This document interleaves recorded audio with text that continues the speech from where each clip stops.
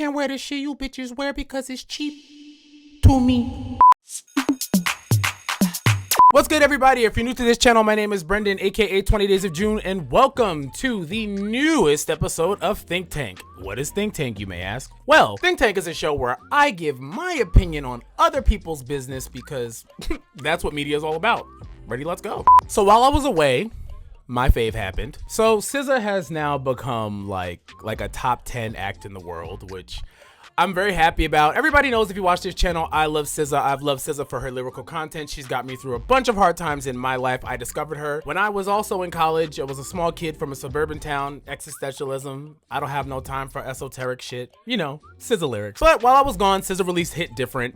And Hit Different was what it was, but SZA does this thing to me which annoys me because I always feel like she's playing in my face, where she knows what the record is, but she releases Hit Different, and at the end of the Hit Different video is this song that was always the one, that we could all tell was the one. Good Days was always the one. I was going through a really rough time at that time. Like, to be honest, I wanted to record about Hit Different, but I almost kind of felt like the song really couldn't hit me. But I was stuck listening to like the last minute of this song where she's just, first of all, the song is literally about you realizing that you're always going to be climbing uphill. Like, you want to reach for good days, but you realize that the good days are rare and you are your good days, and you have to be positive. And like, she's saying things like, feeling like Job when he lost his shit, gotta hold my own, my cross to bear alone. And I'm just like, yo, I kept looping it and looping it and looping it, listening to SZA lyrics, and now I'm realizing that I have to share SZA with some of you who have no idea what she's saying. Because now why am I listening to a song that I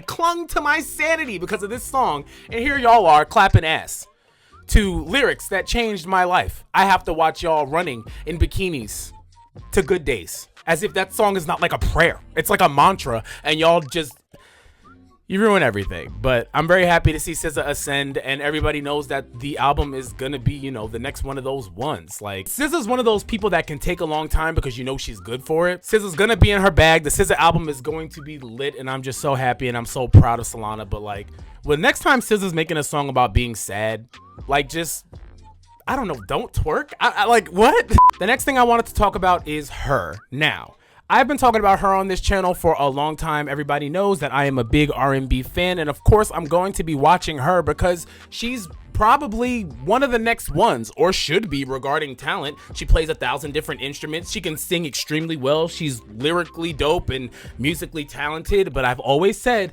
something is missing. There's something missing. It's Chemical X, and that they needed to figure it out. And somehow, whoever's managing H.E.R or whatever they're doing over there in artist development, they fumbled the bag. The bag's fumbled because H.E.R released her album Back of My Mind a couple weeks ago, and it doesn't seem to be translating or sticking on a street cred level the way that Summer Walker seems to hit, even Queen Naja seems to hit, the way that SZA seems to hit, the way that Kalani seems to hit. The music seems to speak to who it's speaking to. And somehow with H.E.R, although I enjoy a lot of songs on the album, I don't see it getting all that it's supposed to get. It's not that it's not good or unremarkable by any means, because I like it. And the songs I really love are Bloody Waters. I like the song with Corday a lot. I like the song with Lil Baby. But the problem is, I don't know if I'm H.E.R's target demographic. So why am I the one that's loving the music to this level? Why is she making music that speaks to men more than music that's speaking to women? It seems to be that the women that she may be in competition with are speaking to women, but I'm liking the records with Corday. Like, I don't know many women who are just sitting around listening to Corday rather than women who might want to hear Summer. So my thing to H.E.R is, it's still missing that piece. I don't feel like people look at H.E.R and relate to H.E.R. I don't feel like people see themselves in her music and her situations. Even Come Through sounds nice, but You Should Come Through Tonight, I Only Kick It With a Tycoon, Come and Slide Through. I just don't know if I get that from H.E.R. I don't know if I feel that. And that's what I was saying in my What I Want From Your Faves in 2019 video regarding H.E.R is, just because it sounds nice doesn't mean it's connecting, doesn't mean it's believable, doesn't mean people buy into the brand. And just because you're racking up Grammys because you can, because you got the connections, because you got a way to do it, or because your label's making sure that you're the one that's gonna get it, doesn't mean that street cred is awarded to you on that same easy level, because I feel like she's moving faster maybe in accolade than she is in actual presence or actual fanfare, if that makes sense. Because the streets get hot when Kalani drops, because that last Kalani album, serious. The streets are waiting patiently with bated breath for SZA. Ari Lennox is everybody's friend. Like, because of Shea Butter Baby, everybody listen to that album feels like they have a piece of like Ari with them. And for some reason, her is not leaving that Chemical X, that superstar quality. And there's not any instrument she can play in front of us at an award show that's gonna do that. It's about being a person to connect with in the brand. Hopefully that's not harsh, because like I really do like her, but I'm that's the problem. And I've been said that's the problem, is people buy talent these days, but people buy people more. People buy brands more, and she's not really branding like that. All it is just music that sounds nice. And how you can have a song like Damage that's that good, but still not touch the bottom, like not touch the core like that. I don't know, but I do like the album. Those songs that I mentioned, they are in heavy rotation. So I don't really know what she's got to do, but I do know that it involves being a real person outside of the talent. And I somewhat resent that as well, because it's kind of like, why can't I just be talented and sing my songs and mind my business? But that's not the game no more. So I guess doing 36,000 is enough, but I don't think so for the rollout that was prepared. So yeah, get it together, her. So Doja Cat released her album Planet Her, and I gotta say, I was a big fan of Hot Pink. I wasn't surprised when Hot Pink hit, because Doja has Chemical X. Doja has whatever it is to make it translate, whatever it is to make it go. I don't know whether it's the racial ambiguity, you know, biraciality is a superpower, shout out to Drake. But whatever it is, it clicks. She can rap, she can perform, and she's an artist, and she's got that weird X Factory, Kendrick Lamar-y, Tyler the Creator-y thing that makes it all work. And Dr. Luke is writing her records, so how is she gonna lose? But anyway, I know the Doja Cat stands, or I like to call them the Darbs. I know the Darbs don't like it when I bring up Dr. Luke, but it's kind of like, if you lived during the Dr. Luke era, you know that that evil man creates magic. And so this is blood magic, but it's magic. So, okay, here's the deal. Doja Cat, although you are a rapper, although the verses were lit, the flows, the flow on Woman is crazy. It's almost like listening to, like, if Kendrick Lamar had a daughter and raised her in a basement full of Nicki Minaj albums. It's nuts. She can really rap. However, this is not a rap album. It's not a hip hop album. She is rapping, she is expressing herself through the medium of rap, but the music is not hip hop. But that's not shade. That's not a negative. I'm not knocking her, because my thing is, why? Why would I make it hip hop? Do the masses support the hip hop artists that only do hip hop? Let's go through the list. We've got Tierra Whack, who just quit, Chika, who just got jumped by the Barbz, Lady London, who's still doing freestyles on Instagram, Chez Noir, Armani Caesar, Malibu Mitch, Cayenne, all the girls rapping, just rapping on YouTube, on Instagram, in cars, rapping, rapidy. So what? So what? They can rap, you don't support them, they don't have music, they don't have people helping them, and being able to rap is a skill, but it might not be as lucrative of a skill as y'all want it to be. For what? Street cred? Street cred. For credibility, for y'all to be able to say, yeah, but she rapped though. To give Remy Ma, to be able to say, yeah, the one thing you did was rap better than her, but I don't really know what you did besides a verse here and a verse there. No music of your own, no catalog of your own, just that you can rap. Why would I limit Doja to that? Because what does that do for somebody who can rap? So what if I can rap? It's not like y'all are out here supporting the girls that can rap the best. I mean, Rhapsody. I don't even know how I forgot her name, because she was the first one I wrote down, but that's not the point. The point is, don't limit Doja. If you want to hear Doja rap, peel through her pop records for the flows the way that I do, because they're there. Because she can rap. But at the end of the day, the kids are paying the bills, the TikTok is TikToking, and we're moving on. And the bottom line is, hip-hop has to be able to go a place rather than just trying to limit these women to a thing for y'all to give them a BET hip-hop award. Guess what? I don't need it. I'm rich. I don't need it. I'm rich. I'm very rich. I'm very much so rich. So it's like, until hip-hop has something more to offer the girls, you can't keep getting mad at the girls for wanting to do pop records, because they have bills to pay and lives to live. So yeah, Doja can absolutely rap and will continue to rap on your features, but her music's gonna sound a certain way because it's gonna get her a certain bag. And rather than be mad at it, you might as well just treat it as, you know, like a business decision, or go listen to the girls that are rapping, because they are maybe on Instagram, but they're rapping. So shout out to Doja Cat. I like the album. My favorite songs on the album, I like Ride a lot.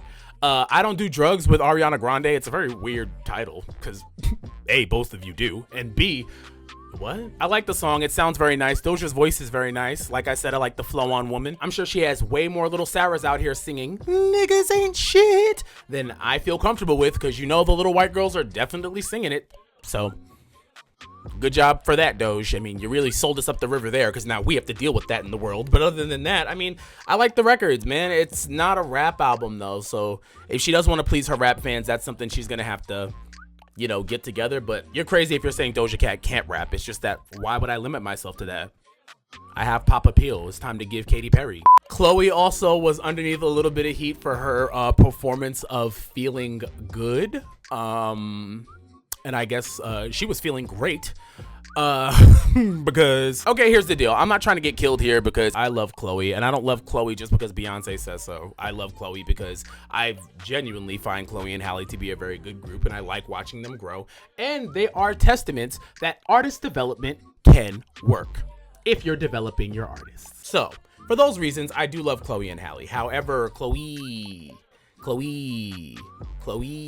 I don't think that sometimes the song or the moment or even the energy has built up to the moment sometimes that Chloe starts going off. Like, Chloe come in like it's the bridge of Crazy in Love, like no, like she's about to like hit that last breakdown, like woo, like let's build. Okay, it was a bit much to me, and sometimes Chloe does do a bit much. However, if we can get that together, she's a superstar. My question is, and this is coming from somebody that does accept Ungodly Hour as the Bible that it is. A, because I love K-Tronada, and B, because it's a good album, and Lonely is really nice.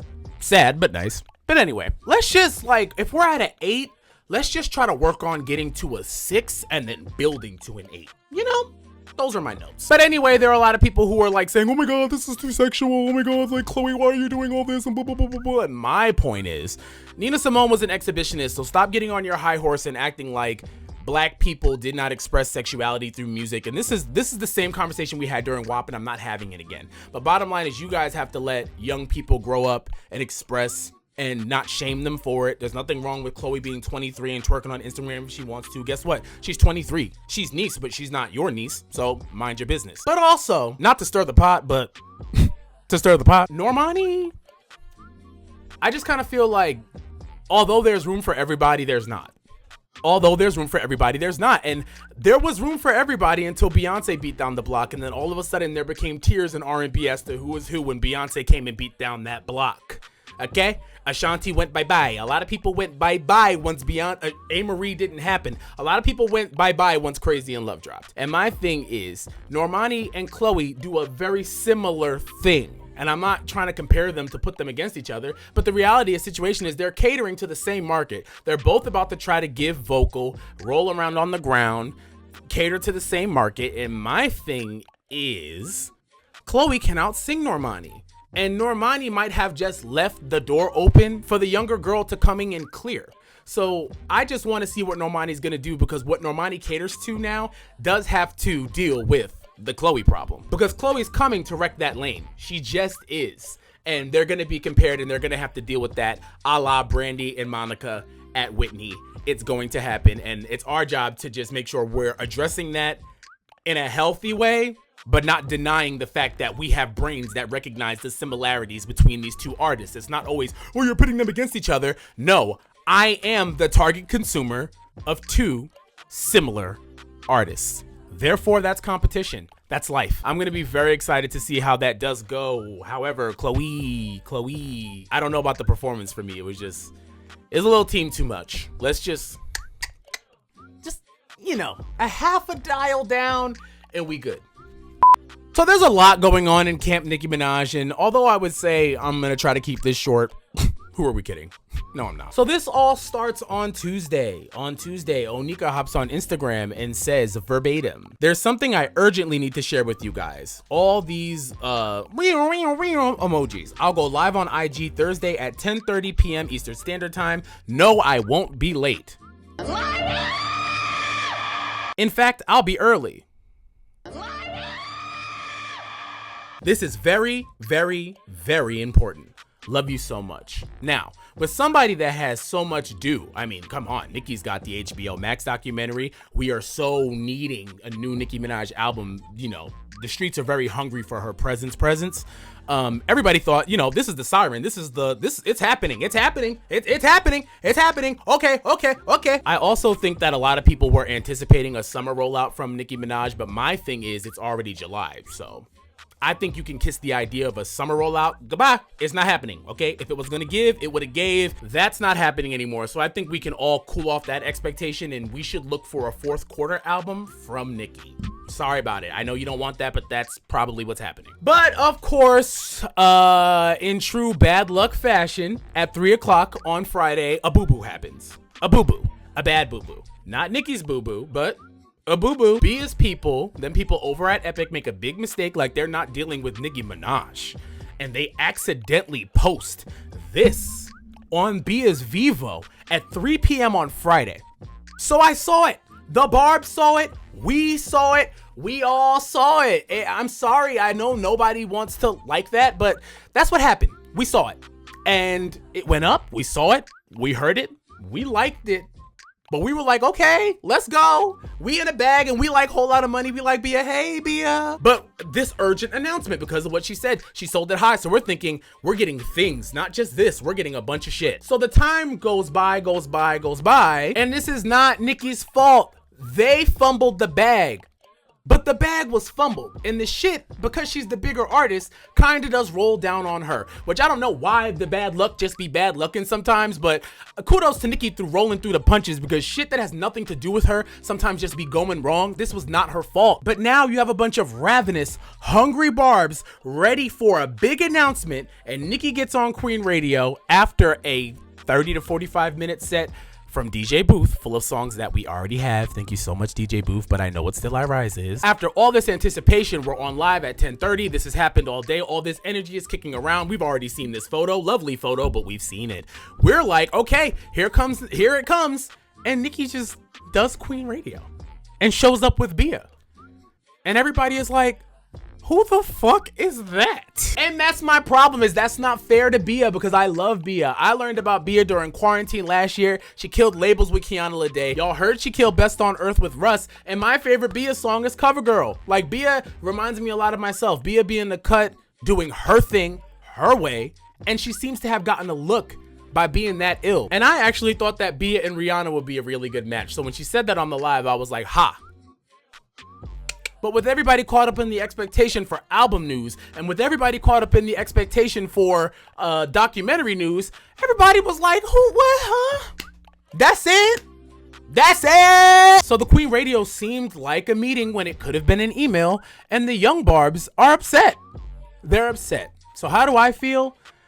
All right, let's go through it. The Barbz that are the most pissed are the newer ones. Newer Barbz, TikTok Barbz, Kingdom Barbz, Barbz that joined after the Pink Print, Barbz that were maybe in 3rd grade during the Pink Print, you know, shit like that. And they're pissed. Why? Because they're used to standing a bunch of girls with pop rap records, that the records come and the beats come hot off the press from their labels with the beats done and the cadences fixed and the hooks done, and they're just playing Mad Libs, and these songs are flying hot off the press. Okay, song after song after song after song, they're just eating and chewing it out. It's content. That's all they do. They eat. So in their stand arguments, or if they want to choose Nicki, they want it fast and they want a lot, because that's the market that they're in. And when Nicki's doing things that do cater to TikTok, like this, or like the Polo G song, things that cater to the younger Barbz, you're gonna naturally, because you're talented, get more of those Barbz. You're a light and the moths are coming, so they're madder. They're madder. And my thing is, if you know anything about being a fan of Nicki Minaj, is that you know that she does not release fast enough, or the rollouts don't go smoothly enough for the new kids to want it. There's a lot of snafus that do happen. Queen era is not gonna fly by the new Barbies. They'll change their AV to Doja Cat in 15 seconds if some shit like that goes down. And so my thing is, if Nicki is still catering to this stan, which this does cater to that stan, then she might have to move in ways that appease that stan. But then there's the other Barb, the older fan. Been around for a while, happy to see Nicki's success. Happy about Beam Me Up Scotty being on streaming services, but meh, I have Spinrilla, so I had it anyway. Think Seeing Green is a step in the right direction. Loves Fractions. Doesn't have a TikTok or care, so all them attempts to reach the new kids, they don't care about the TikTok generation shit, but they're happy to see you get coin. But what they want is an album. What they want is for you to address the Lil Kim verses. What they want is to see Nicki in the fold. What they want to see is Nicki move how we've always wanted to see Nicki move. Not just alone in her house with her, but we want to see, you know, the mixy. Because it's fun to see. Not because it's like, you know, it's just fun to see. It would be fun to see Nicki really get into the fold and stand on her throne and make everybody else bow down. And those are the things that we want. But that charged announcement created the same expectation. Is for us to see you eat the girls alive in album form, in video form, in content form, in some form, but not with BIA. And so then we saw BIA and it was like, what?